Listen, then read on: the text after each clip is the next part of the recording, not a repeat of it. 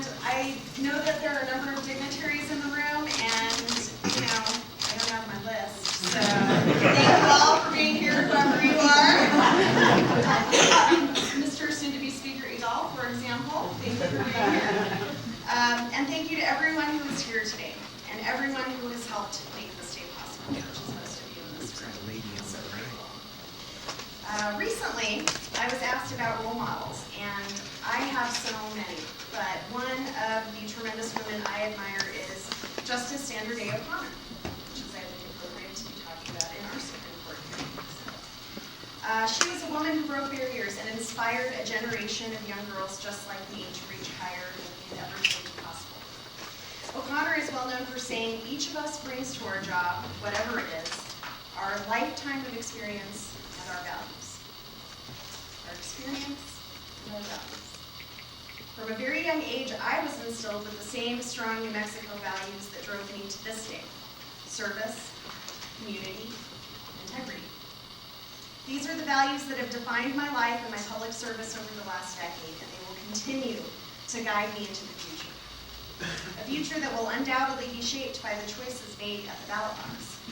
As I take office in the wake of an election that is likely to be discussed for years, we observe a truly American ideal our nation has seen time and time again: the peaceful transfer of power from one political party to another.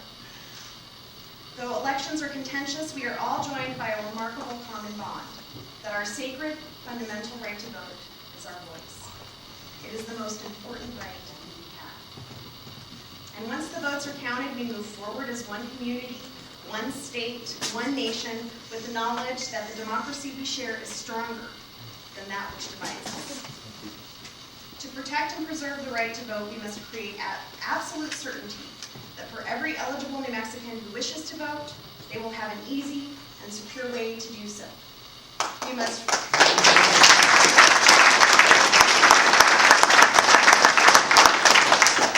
remove barriers to the ballot and create every possible opportunity for participation in our political process.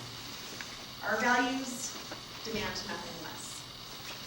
When elections are over, it is our shared responsibility to ensure that those who represent us and lead are adhering to the highest of ethical standards. We must reform the system and guarantee complete transparency from our political process and hold those accountable who break the public's trust. New Mexico must not only be a land of enchantment, but a land of possibility, where every idea that leads to prosperity for our families is nurtured and supported, where no innovation is abandoned because it is simply too hard to get a business off the ground. New Mexico faces many challenges, and there is no time to waste in reaching these goals, because I firmly believe that when we encourage civic participation, when the people have trust in our government, when every New Mexican is able to meet their wishes, we are best able to work together and do the hard work of moving our state forward. I'm ready to get to work and look forward to joining with members of both parties, statewide officials, the legislature, clerks from every county, and the amazing staff in the Secretary of State's office and the people of New Mexico to achieve and reach every ambition and aspiration we have for ourselves and for our children. To the people of New Mexico, thank you for the faith and trust you placed in me. I am humbled and honored to serve. Thank you very much.